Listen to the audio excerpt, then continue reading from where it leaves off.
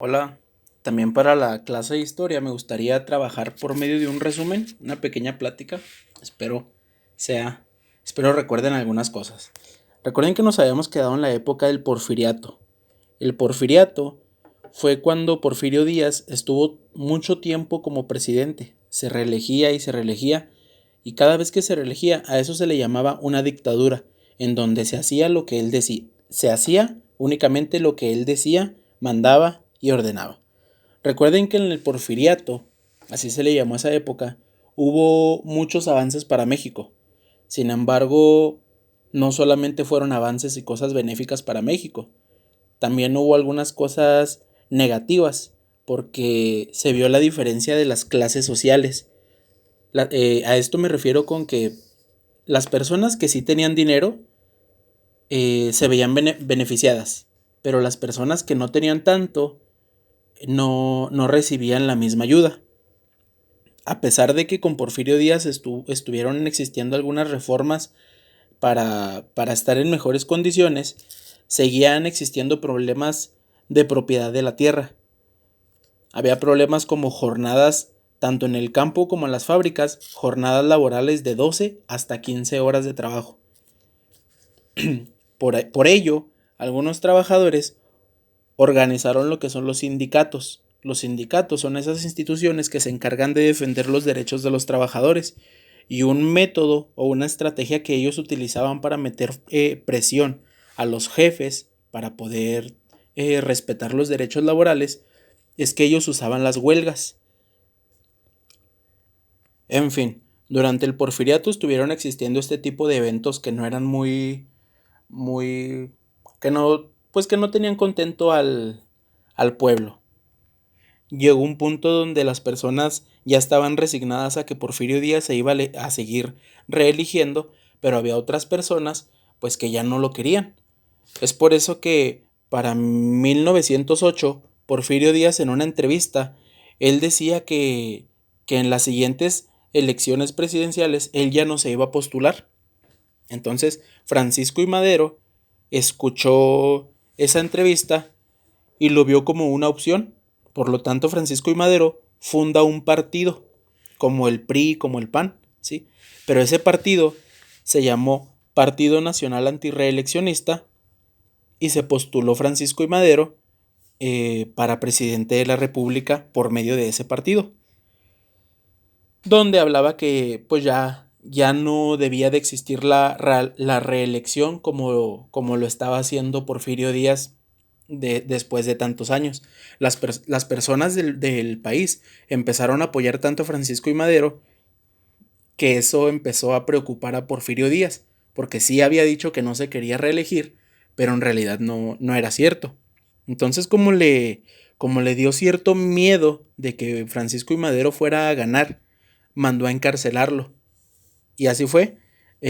Lo encarceló diciendo que era un mentiroso y que estaba inventando cosas, sí, en contra de la nación.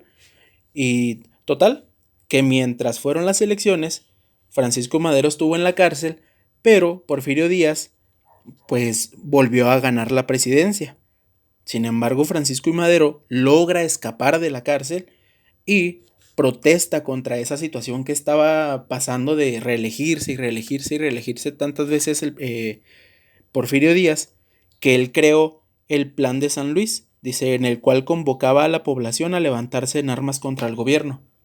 Y diferentes partes de la población de México lo apoyaron. Por ejemplo, aquí en Chihuahua apoyó el movimiento Francisco Villa y Pascual Orozco. En Puebla, los hermanos Aquiles, Máximo y Carmen Cerdán. Y en Morelos, Emiliano Zapata.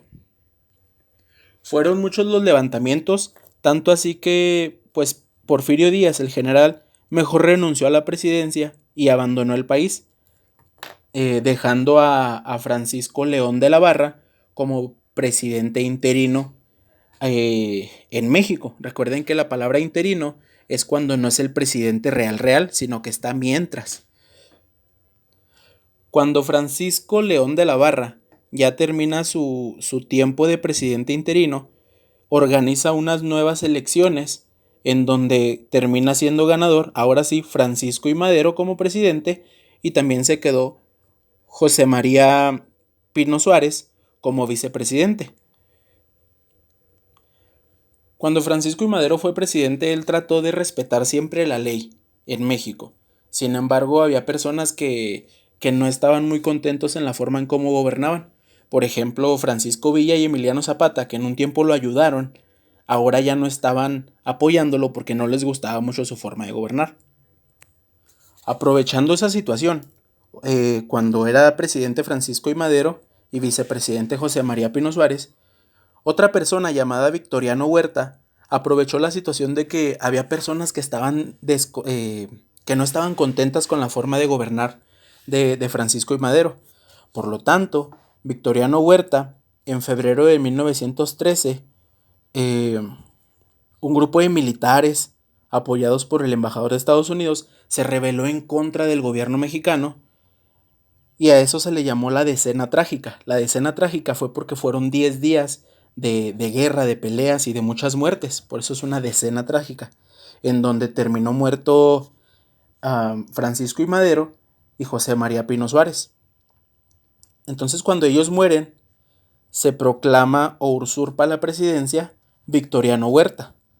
Sin embargo, cuando Victoriano Huerta ya se hace presidente, usurpador, o sea, un presidente que se sentó en la silla presidencial sin que nadie lo pusiera ahí, sucedió que otros personajes, por ejemplo, en ese entonces el Venustiano Carranza, que era gobernador de Coahuila, pues no estuvo, lo desconoció como presidente. Incluso elaboró el Plan de Guadalupe, donde desconocía el mandato de Victoriano Huerta. También algunos ejércitos, como el de Obregón, el de Francisco Villa, el de Zapata, incluso hasta el gobierno de Estados Unidos, desconocían a Victoriano Huerta como presidente de México, lo cual hizo que Victoriano Huerta para, para 1914, en agosto, dejara el país. Entonces, cuando él se va, entra Venustiano Carranza, triunfante a la Ciudad de México como nuevo presidente de la República.